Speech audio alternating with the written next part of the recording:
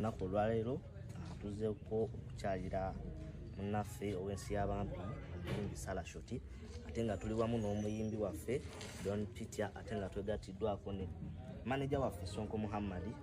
Naye nga akatono ke tusobodde okuleeta, tusaba n'abaliyo nga ennaku osobola oyamba osobola okujja n'okaleeta wadde katono kenkana katya naaba asobola okukasiiga.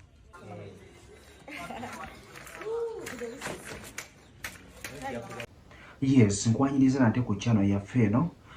Omukyala okugezezaako okubeera ng'olabako katono mu ka video kengezezaako okubeera nga nkulaga ye Sarah Shoti.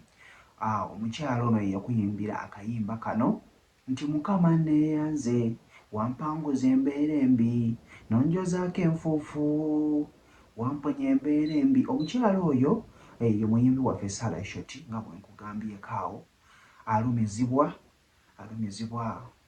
muno back pain, then alumizibwa okugulu kumuluma, era kyova olaba nti yagezezaako okubeera ng'avaayo ate abeere ng'afuna obuyambi okuva mu bantu. Agamba nti okumanya nga kumuluma yayagala okubeera ng'aperforminga ku Easter naye teyasobola. Bw'agezaako okubeera ng'atwalibwa mu ddwaliro tasobola na kwejja ku ppiki, kitegeeza bamusituza okubeera nga bamujja ku ppiki.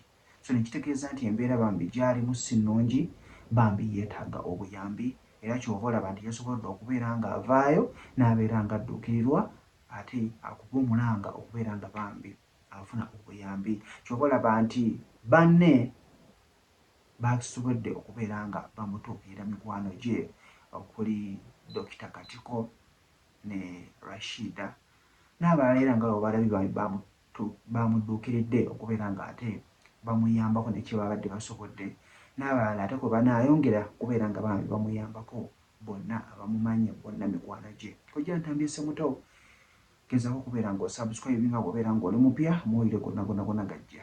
Mbeere bulungi, mbaagala.